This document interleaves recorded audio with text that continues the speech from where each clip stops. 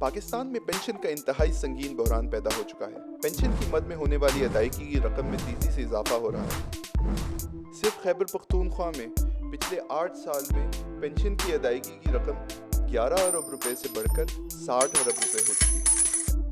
इस इजाफे की शरह 445% है। क्या पेंशन में ये इजाफा मुल्क की मईशत के लिए काबिल बर्दाश्त है?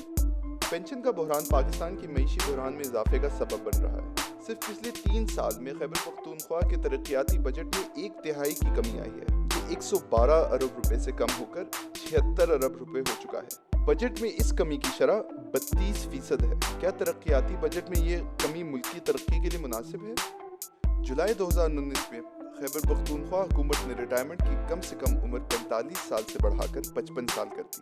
सिर्फ इस एक इस्लाह की वजह से पेंशन लेने वाले अफराद की मजमूई तादाद में कमी के साथ साथ पेंशन वसूल करने की मजमूई अरसे में भी कमी वाक़ई हुई। ये एक ऐसी इस्लाह है जिससे न सिर्फ आज बल्कि आने वाले बरसों में भी बचत होगी। सिर्फ इस एक साल में खैबर पख्तूनख्वा में रिटायरमेंट की कम से कम उम्र बढ़ने से होने वाली बचत का तखमीना 12 अरब रुपए से ज़्यादा लगाया गया है। क्या टैक्स देने वालों का पैसा जल्दी रिटायर होने वालों पर खर्च करना चाहिए, या इस 12 अरब रुपए को खर्च करने की ज़्यादा बेहतर जगह स्कूल, अस्पताल, सड़कें और पानी की फरहमी के मंसूबे हैं?